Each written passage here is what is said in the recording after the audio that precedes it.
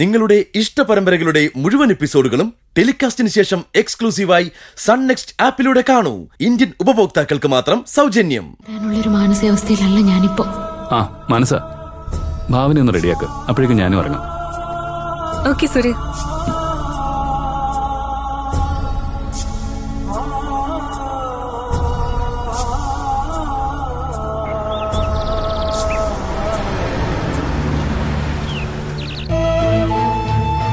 നാല് പേരറിഞ്ഞ് ഞങ്ങളുടെ കല്യാണം നടത്തണമെന്ന് അമ്മയ്ക്ക് തന്നെ ആന്റി നിർബന്ധം. ഏതൊരു അമ്മയ്ക്കും അങ്ങനൊരു ആഗ്രഹം കാണാതിരിക്കുവോ? എനിക്കും അങ്ങനൊരു ആഗ്രഹമുണ്ട്. ഇനിയൊരു കല്യാണം അനാവശ്യ ചെലവല്ലേ സൂര്യ?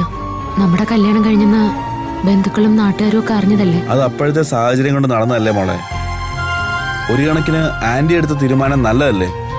4 ആളെ അറിയിച്ചു വേണം നിങ്ങളുടെ കല്യാണം നടത്താൻ. എന്നാലല്ലേ മോളെ പലരുടെയും വായ മൂടിക്കെട്ടാൻ പറ്റത്തുള്ളൂ. അതേ ചെയ്തോട്ടെ, ഇപ്പൊ എനിക്കും അങ്ങനൊരു ആഗ്രഹമുണ്ട്. അല്ലാതെ വെറും ഒരു ചടങ്ങിന് മാത്രം അവസാനിക്കാനുള്ളതല്ല ഞങ്ങളുടെ കല്യാണം. എനിക്കെന്തോ ഇതൊക്കെ ഒരു അധിക ചെലവായിട്ടാ തോന്നുന്നത്. അല്ലെങ്കിൽ തന്നെ നമ്മൾ ആരെയാ ബോധിപ്പിക്കേണ്ടേ? നമ്മുടെ കാര്യം നമ്മൾ തന്നെ നോക്കിയ പോരെ? ഇതൊക്കെ താനെന്താ അമ്മയോട് പറയാത്തത്? ചെയ്തോട്ടെ, അമ്മയുടെ മുന്നിൽ ഒരു അഭിപ്രായവും പറയാതെ ഇപ്പൊ ഭാവന പറയുന്നത്. ചേച്ചി ഇങ്ങനെയൊക്കെ പറയൂ ഏട്ടാ. നമ്മളിത് മൈൻഡ് ചെയ്യാതിരുന്നാ മതി. ചേച്ചിയുടെ കല്യാണം നമ്മൾ ആഗ്രഹിച്ചതുപോലെ നടത്താൻ ഒരു അവസരം കിട്ടിയപ്പോ ചേച്ചി തന്നെ ഇല്ലാതാക്കിയോ? അതെങ്ങനെയാ? അങ്ങനെ ചോദിക്ക് ഭാമ, എന്നാലേ ശരിയാവും. ഇവള് പറയുന്നൊന്നും കാര്യമായിട്ട് എടുക്കേണ്ട സൂര്യ. നമുക്ക് ഈ കല്യാണം ഗംഭീരമാക്കണം. അതെ, സദ്യയൊക്കെ ഇതുവരെ ചെയ്തതിൽ വെച്ച് ഏറ്റവും ഗംഭീരമായിട്ട് നടത്തണമെന്ന് എന്റെ തീരുമാനം. ഒന്നിനും ഒരു കുറവും വരുത്തേണ്ട ചെയ്തോട്ടെ. ഞാൻ ചെയ്തോട്ടന്റെ ഒപ്പം തന്നെ ഉണ്ട്. ഇന്നലെ ജയ എന്നെ വിളിച്ചിരുന്നു മോനെ. ഒരുപാട് നേരം സംസാരിച്ചു.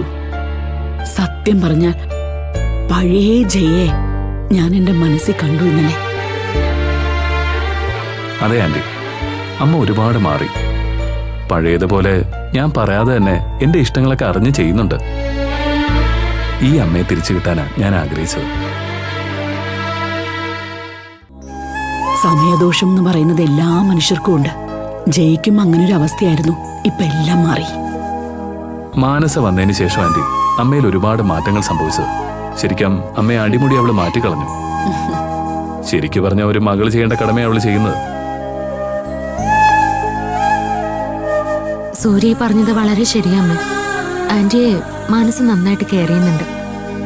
ആന്റി എന്തെങ്കിലും നെഗറ്റീവായിട്ട് പറഞ്ഞാൽ ആ നിമിഷം മനസ്സ് അത് തിരുത്തി കൊടുക്കുന്നുണ്ട്.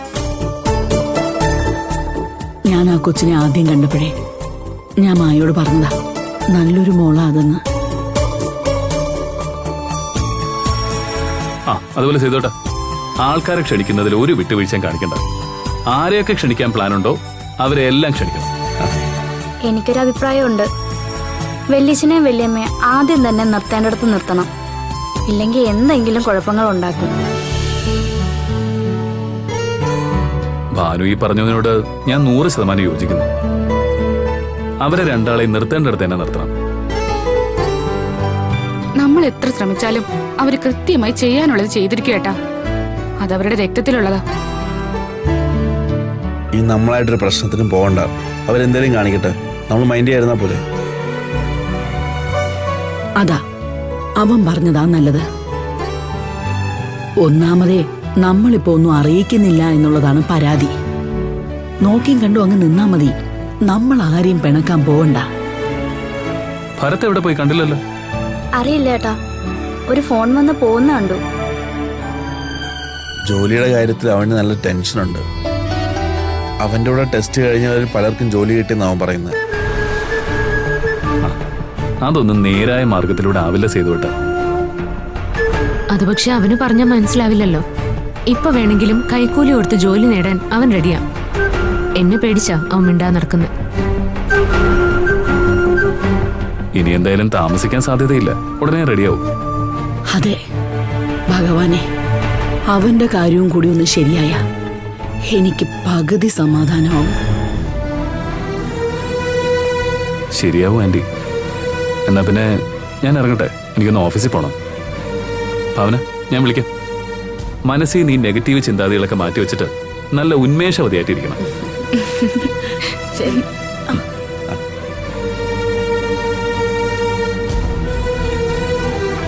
നീ എന്തിനാ ഭാവന ഇങ്ങനെ നെഗറ്റീവ് ആവുന്നത്? നിങ്ങളുടെ കല്യാണം എല്ലാവരുടെയും സ്വപ്നമല്ലേ? ഒരാളെ 2 പ്രാവശ്യം കല്യാണം കഴിക്കണോ സേതുവേട്ടാ? അത് മാത്രമാണ് ഞാൻ ആലോചിച്ചത്. അതിപ്പോ അന്നത്തെ അവസ്ഥയിൽ അപ്പ അങ്ങ് സൂര്യ ചെയ്തതല്ലേ? ഏതവസ്ഥയിലായാലും ഒരു പെണ്ണിന്റെ കഴുത്തില് ഒരിക്കലല്ലേ താലി വീഴാവൂ അമ്മേ. ഇതിപ്പോ എങ്ങനെ ചോദിച്ചാൽ ഞാനെന്ത് പറയാനാ? അമ്മയൊന്നും പറയൊന്നും വേണ്ട. ഇവക്കെന്തോ നമ്മുടെ സന്തോഷം ഇഷ്ടപ്പെടുന്നില്ലായിരിക്കും, അതല്ലേ ഇങ്ങനെ പറയുന്നത്. അങ്ങനെയൊന്നും അല്ല സേതുവേട്ടാ. എന്നും നിങ്ങളുടെ സന്തോഷം തന്നെയാണ് ഞാൻ ആഗ്രഹിച്ചിട്ടുള്ളത്. പക്ഷേ ഇവിടെ സൂര്യയുടെ സമയം വളരെ മോശം. അത് ആരോടും പറയാൻ എനിക്ക് പറ്റുന്നുമില്ല. ഈശ്വര, ഞാൻ എന്താ വേണ്ടത്? നീ എന്താ മോളെ ഒന്നും പറയാത്തത്? ഞങ്ങളുടെ ഒന്നും സന്തോഷം നിനക്ക് കാണണ്ടേ? അങ്ങനെ ഞാൻ പറഞ്ഞു കേട്ടാ. വീണ്ടും ഒരു താലികെട്ട് വേണോന്നല്ലേ ഞാൻ ചോദിച്ചത്. ഭാവനെ, അക്കാര്യത്തിൽ നീ വെറുതെ വാശി പിടിക്കാതെ. ഈ ചുമതല സൂര്യയ്ക്കും സൂര്യയുടെ അമ്മയ്ക്കും വിട്ടുകൊടുക്ക്. അവരവരുടെ ഇഷ്ടം പോലെ നടത്തട്ടെ. എന്താ മായച്ചി ഒന്നും അറിയാത്ത പോലെ സംസാരിക്കുന്നേ? പെട്ടെന്നൊരു കല്യാണം നടത്തുമ്പോ കാശ് എത്ര വേണോന്നറിയോ? ഈ സേതുവേട്ടൻ എത്ര ഓടിയാലും അത് എവിടെയും എത്തില്ല. ഓ, അപ്പൊ അതാണോ നിന്റെ ചിന്ത? പിന്നെ ചിന്തിക്കണ്ടേ ഏട്ടാ? കാശിന് കാശ് തന്നെ വേണം. നമ്മുടെ അവസ്ഥയെല്ലാം സൂര്യേട്ടനോ ആന്റിക്കോ ഒക്കെ അറിയാലോ ചേച്ചി.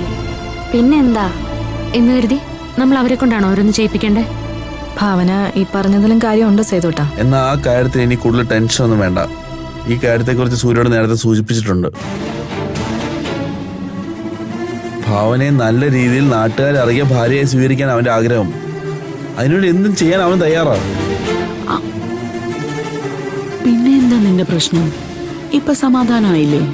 അമ്മേ, എന്നാലും ഒരെന്നാലും ഇല്ല. നമ്മൾ ഈ കല്യാണം ഗംഭീരമായിട്ട് നടത്തും.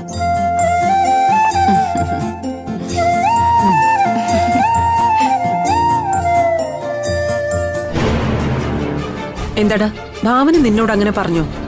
പറഞ്ഞമ്മേ, അവൾക്ക് ആവശ്യമില്ലാതെയുള്ള ചെലവുകളോടൊന്നും വലിയ താല്പര്യമില്ല.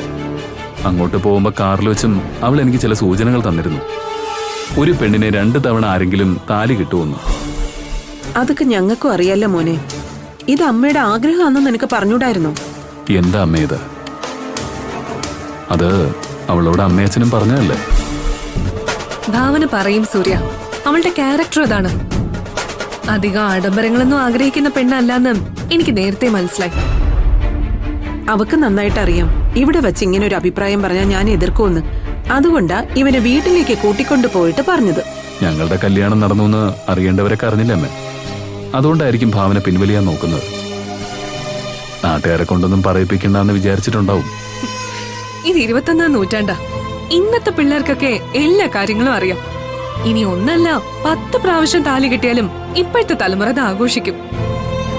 അത് നേരെ. നീ എന്തിനാടാ ഭാവന ഇവിടെ നിർത്തിയിട്ട് വന്നത്?